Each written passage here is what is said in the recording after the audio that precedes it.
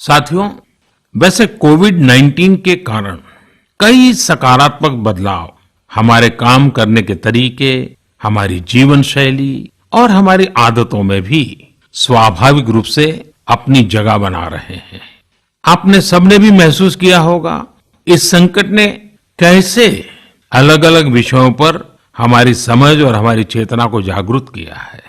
जो असर हमें अपने आसपास देखने को मिल रहे हैं, इनमें सबसे पहला है मास्क पहनना और अपने चेहरे को ढककर रखना। कोरोना की वजह से बदलती हुई हालात में मास्क भी हमारे जीवन का हिस्सा बन रहा है। वैसे हमें इसकी भी आदत कभी नहीं रही कि हमारे आसपास के बहुत सारे लोग मास्क में दिखे, लेकिन अब हो यही रहा है। हाँ, इसका ये मतलब नहीं है कि जो मास्क लगाते हैं वे सभी बीमार हैं। और जब मैं मास्क की बात करता हूं तो मुझे एक पुरानी बात याद आती है।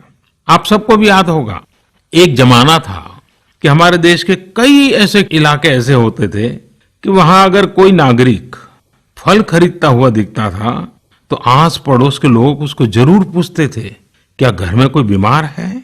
यानी फल मतलब बीमारी में ही खाया जाता है, ऐसी एक धारणा बनी हुई थी।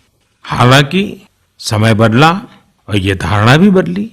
वैसे ही मास्क को लेकर भी धारणा अब बदलने वाली ही है। आप देखिएगा, मास्क अब सभ्य समाज का प्रतीक बन जाएगा। अगर बीमारी से खुद को बचना है और दूसरों को भी बचाना है तो आपको मास्क लगाना पड़ेगा। और मेरा तो सिंपल सुझाव रहता है, गमछा मुंह ढकना है। साथियों, हमारे समाज में एक और बड़ी जागरूकता ये आई है कि अब सभी लोग ये समझ रहे हैं कि सार्वजनिक स्थानों पर थूकने के क्या नुकसान हो सकते हैं। यहां वहां कहीं पर भी थूक देना गलत आदतों का हिस्सा बना हुआ था। ये स्वच्छता और स्वास्थ्य को गंभीर चुनौती भी देता था। वैसे एक तरह से देखें तो हम हमेशा से ही इस समस्या को जानते रहे, लेकिन ये समस्या समाज से समाप्त होने का नाम ही नहीं ले रही थी। अब वो समय आ गया है कि इस बुरी आदत को हमेशा हमेशा के लिए खत्म कर दिया जाए। कहते भी हैं कि बेटर लेट देन नेवर।